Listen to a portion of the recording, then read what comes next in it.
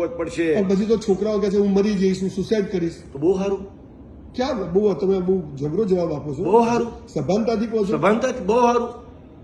આ તમારે આખી જિંદગી પીડાવવું હા. અને આખી જિંદગી ભોગવવું એવું કઈ થાય બાય નહીં. તમે ટેન્શન કરવાની જરૂર નથી. તમે એવું નહીં થાય, ખાલી ડરાવશે.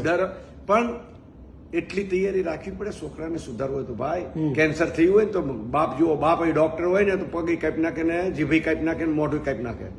તો ખાલી આ તો કંટ્રોલ કરવાનું. કંટ્રોલ કરવાની વાત. એટલે તમારી દ્રષ્ટિએ ડ્રગ્સ છોડાવવા, વ્યસન છોડાવવા મા બાપે છોકરાઓને નહીં, મા બાપના કારણે સીધા છે. હું તમને બહુ સભાનતાથી કહું છું. અને મા બાપ જ એને છોડાવીએ કે દુનિયામાં બીજો નહીં છોડાવીએ કે કાં તું ડ્રગ્સ છોડ ને કાં મા બાપને છોડ ને કાં પૈસા છોડ કે મને છોડ, સમાજ છોડ, પરિવાર છોડ.